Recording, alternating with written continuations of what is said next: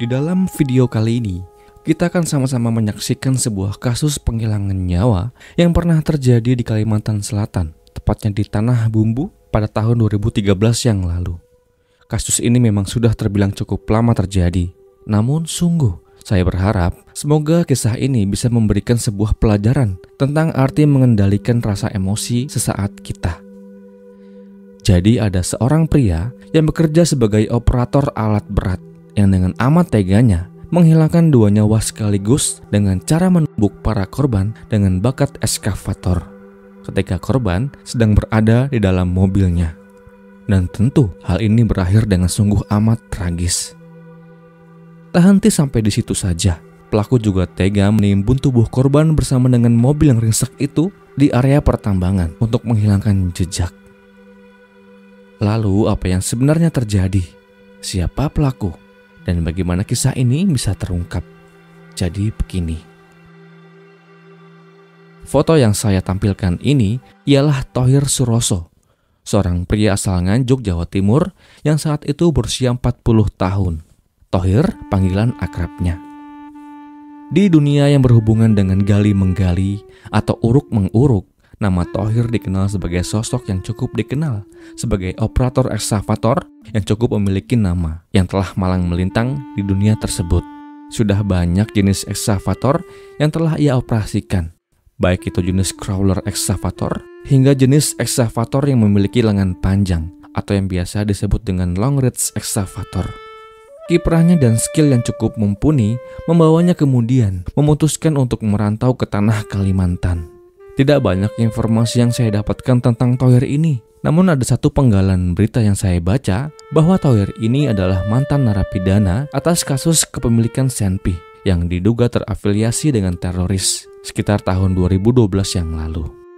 Namun yang pasti dengan berbekal skill sebagai operator alat berat khususnya eskavator, Thohir menjajaki dunia pertambangan yang ada di Kalimantan Selatan, tepatnya di kawasan area hutan tanaman industri Tanah Bumbu. Di sana Thohir kembali bekerja, tentunya sebagai operator alat berat. Saat itu singkatnya, Thohir diterima bekerja di sebuah perusahaan yang bergerak dalam bidang perentalan alat-alat berat, yang saat itu perusahaan tersebut dibosi oleh seseorang yang bernama Haji Saifullah, atau yang akrab disapa dengan Haji Ipul. Kita akan sebut beliau dengan Pak Ipul, 45 tahun. Pak Ipul sosok pendiam dan pekerja keras. Ia tentu menjalankan roda perusahaannya dengan sebaik-baiknya. Beberapa alat berat yang sebagian besar adalah ekskavator itu ia miliki untuk kemudian disewakan kepada perusahaan-perusahaan yang bergerak dalam bidang pertambangan, industri kayu, maupun konstruksi bangunan. Jadi hadirnya Pak Ipul sebagai juragan alat-alat berat sungguh-sungguh menjadi solusi kebutuhan para pelanggan-pelanggannya. Sebagai perusahaan yang bergerak dalam bidang jasa, Pak Ipul sungguh memberikan pelayanan yang terbaik kepada pelanggan-pelanggannya. Jujur dan amanah adalah moto hidupnya. Entah sejak kapan ia merintis usahanya, namun yang pasti dengan berdirinya perusahaan yang ia pimpin saat itu, sungguh bisa menjadi penopang roda perekonomian keluarganya dan juga bagi karyawan-karyawannya. Dalam menjalani roda perusahaan yang senantiasa harus tetap berjalan, Pak Ipul ditangan kanani oleh asistennya yang juga merupakan sepupunya yang bernama Haji Kaspul Anwar. Kita panggil beliau dengan Pak Anwar, 42 tahun. Pak Anwar turut menjadi sosok decision maker tatkala Pak Ipul sedang fokus dengan urusan pekerjaan yang lain. Dalam hal-hal yang berbau komplain hingga masalah yang terjadi akibat persoalan karyawan-karyawan, tentu Pak Anwar adalah sosok yang siap untuk menjadi pemecah kebuntuan. Suatu hari tanggal 18 Juni tahun 2013, sekira jam 9 pagi. Hari-hari biasa di workshop atau tempat di mana ekskavator-ekskavator milik Pak Ipul itu terparkir di daerah Tanah Bumbu. Saat itu Thohir memerintahkan rekan satu kerjanya yang bernama Danu, Alamuddin, dan Marwi untuk memanaskan mesin 2 ekskavator yang masing-masing bermerek Dusan 225 dan Komatsu PC200. Saat itu alasan Thohir memerintahkan rekannya untuk memanaskan mesin alat berat tersebut adalah untuk di-rolling atau dijalankan ke sebuah perusahaan yang menurut Thohir telah memberikan SPK-nya atau kontrak kerjanya kepada Thohir. Tanpa banyak tanya, dihidupkanlah mesin-mesin tersebut yang disusul dengan suara menderu dan asap tipis yang mengepul. Pada tampilan alat ukur bahan bakar diketahui bahwa kedua alat berat tersebut diduga akan tidak bisa mencapai lokasi, dikarenakan saat itu kondisi solar atau bahan bakarnya sudah mulai menipis. Tak mau berlama-lama, akhirnya Thohir memerintahkan untuk merolling alat-alat berat tersebut walau dengan kondisi bahan bakar yang minim saat itu. Saat itu Marwi dan Alamuddin yang merolling Komatsu PC200, sedangkan Thohir dan Danu merolling Dusan 225. Singkat cerita, setelah merolling cukup jauh dari workshop, dari tanah bumbu, sampailah dua alat berat itu di Simpang 4 PT Hutan Rindang Buana di daerah Sembamban, Kalimantan Selatan. Dan dikarenakan persediaan bahan bakar semakin menipis, diparkirkanlah dua alat berat tersebut di simpang jalan tersebut. Masih di hari yang sama, sekira jam 10 pagi atau 1 jam setelah dua alat berat tersebut dirolling oleh Thohir, Danu, Marwi, dan Alamuddin, datanglah Pak Anwar ke workshop di tanah bumbu. Sesampainya di lokasi di mana seharusnya dua alat berat tersebut terparkir, ia kaget bukan main, dikarenakan ia tak melihat dua ekskavator yang ia cari pagi itu. Saat itu, ia hanya melihat jejak-jejak tanah yang mengarah ke arah luar workshop tersebut. Ia tentu gusar, dikarenakan berdasarkan jadwalnya, hari itu dua ekskavator itu akan disewakan ke sebuah perusahaan yang berada di daerah Sungai Danau. Seketika ia pun mencari tahu kemana larinya alat yang akan disewakan itu. Usut punya usut, terungkaplah kemana para operator membawa dua alat tersebut. Pak Anwar pun semakin murka dan dia segera menghubungi Pak Ipul untuk mengadukan kejadian yang telah terjadi barusan. Setelah Pak Anwar menyampaikan persoalan yang ada, berangkatlah Pak Ipul yang saat itu ada di Martapura menuju workshop di Tanah Baru. Saat itu Pak Ipul berangkat menggunakan sebuah mobil jenis pickup dengan merek Mazda. Dan setelah berjam-jam menempuh perjalanan, sampailah Pak Ipul di workshop dan bertemu dengan Pak Anwar. Singkat cerita, sesampainya di workshop, kemudian mereka mendapati bahwa kunci ekskavator itu dipegang oleh Marwi. Saat itu Marwi ada di rumahnya. Sempat pula mereka terinfo bahwa dua ekskavator yang terparkir tersebut mengalami kehabisan bahan bakar. Lalu tak lama setelah keduanya mempersiapkan 6 dirijen solar yang mereka letakkan di bak mobil pickupnya, berangkatlah mereka menuju rumah Marwi sekitar jam 5 sore. Rumah Marwi terletak di Desa Sumber Arum Dusun 2, Kecamatan Tanah Bumbu, yang lokasinya tak jauh dari workshop. 10 menit kemudian sampailah Pak Anwar dan Pak Ipul di rumah Marwi. Di sana telah siap menunggu pula Thohir, Danu, Marwi, dan Alamuddin. Demikian setelah mereka bertemu, lalu Pak Anwar segera memerintahkan Thohir dan Danu untuk segera merolling kembali dua ekskavator tersebut ke tanah bumbu untuk kemudian dirolling menuju Sungai Danau. Mendengar hal tersebut, Thohir tentu merasa kecewa, dikarenakan menurutnya perusahaan yang telah menyewa kedua alat tersebut darinya juga sedang membutuhkannya. Namun dikarenakan perjanjian kontrak tersebut tidak atas pengetahuan atasannya, maka order sewa tersebut dianggap tidak syah, walau perusahaan penyewa sudah deal dengan harganya. Tak lama kemudian berangkatlah Pak Anwar, Pak Ipul, Thohir, dan Danu menuju lokasi di mana tikus besi itu terparkir. Hanya Danu yang saat itu duduk di bagian belakang mobil pick-up tersebut. Di tengah perjalanan, tepatnya di KM 20 Jalan Alumanda, Pak Ipul, Pak Anwar, dan Thohir terlibat perdebatan yang sengit di dalam kabin mobil pick-up itu. Pak Ipul kecewa berat terhadap staf operatornya saat itu. Dikarenakan ulahnya, ia sampai-sampai harus merugi hingga 60 juta rupiah. Dan Thohir juga diminta untuk menggantikan uang kerugian tersebut. Thohir hanya diam saja. Ia tak bisa berkata apa-apa ketika umpatan kasar itu ia terima. Tak lama kemudian Thohir pun memutuskan untuk pindah ke belakang bak mobil dan duduk bersama Danu. Dan dimulai dari sinilah malapetaka itu bermula.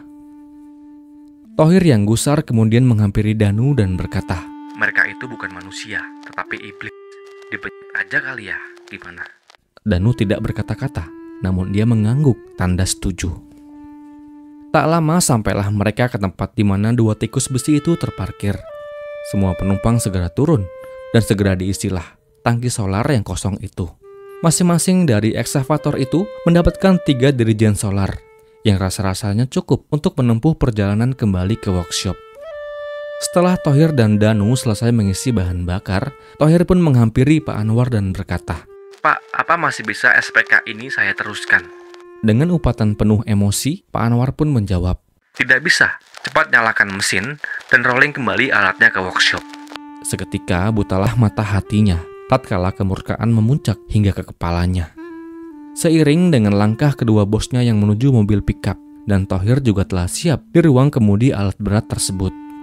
Tak lama setelah mobil itu berjalan menuju jalan keluar, tanpa diduga, Thohir di ruang kendali mengarahkan eksavatornya mendekati mobil pickup yang di dalamnya terdapat dua bosnya itu. Dan dengan segera, ia mengayunkan baket eksavator Komatsu itu mengenai bagian bak belakang mobil pickup Mazda itu. Seketika mobil pun berhenti. Tak sempatlah Pak Ipul dan Pak Anwar pergi menyelamatkan diri. Tiba-tiba tuh baket seberat 1,8 ton itu kembali menghujam atap kabin sebelah kiri. Tak henti, kini giliran kabin sebelah kanan tak luput dari tubukan baket yang diarahkan oleh Thohir. Pintu kanan dan kiri tak luput pula dari ayunan besi tersebut. Tak puas sampai di situ, Thohir kemudian mengarahkan baketnya ke arah mesin mobil dan mencongkel mesin tersebut hingga terpisah dari bodi mobilnya. Seketika senyaplah suara deru mesin mobil, suara klakson, dan suara dua orang yang terjebak di ringseknya mobil pickup itu tidak pula terdengar sama sekali. Mobil pickup Mazda yang awalnya begini, setelah ditumbuk dengan baket eksavator, menjadi seperti ini penampakannya. Bisakah dibayangkan?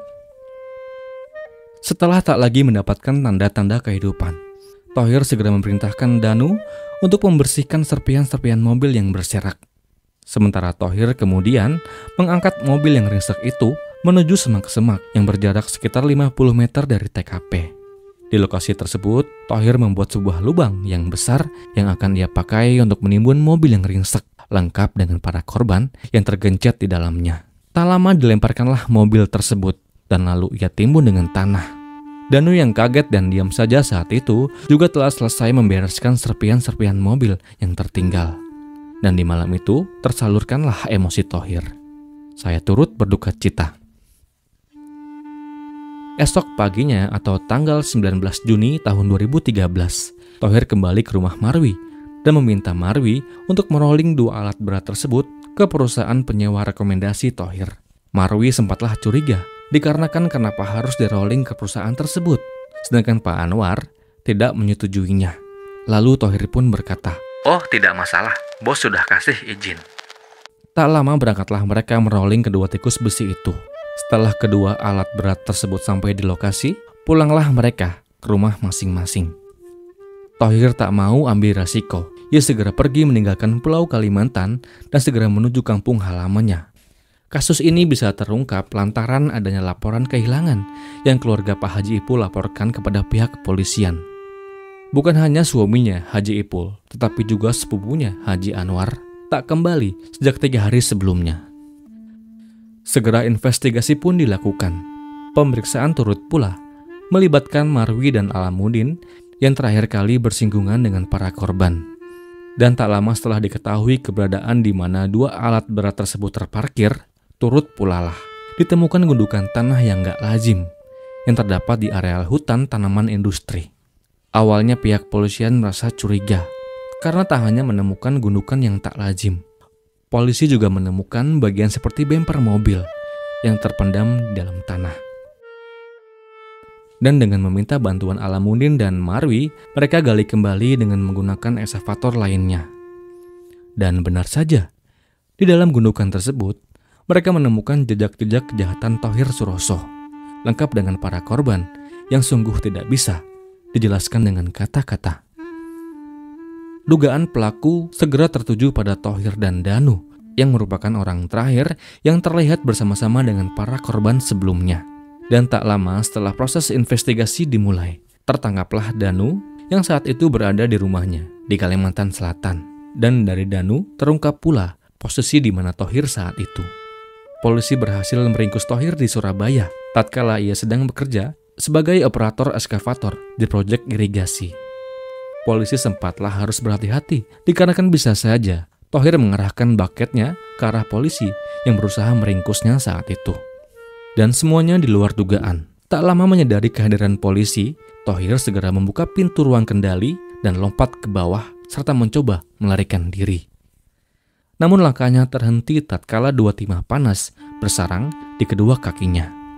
Akhirnya Thohir pun digelandang ke Kalimantan untuk mempertanggungjawabkan perbuatannya.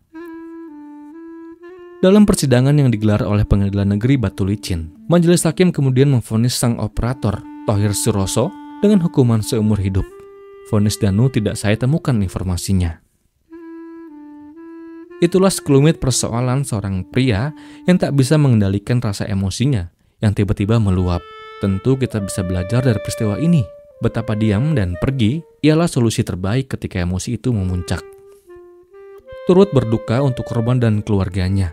Semoga kelapangan hati dan ketabahan selalu menyertainya. Amin. Mohon maaf jika ada perkataan yang kurang tepat, serta kurang tepat dalam penyampaian kisah ini. Jika ada pendapat yang berbeda, silakan ketikkan di kolom komentar. Dan kisah ini pun berakhir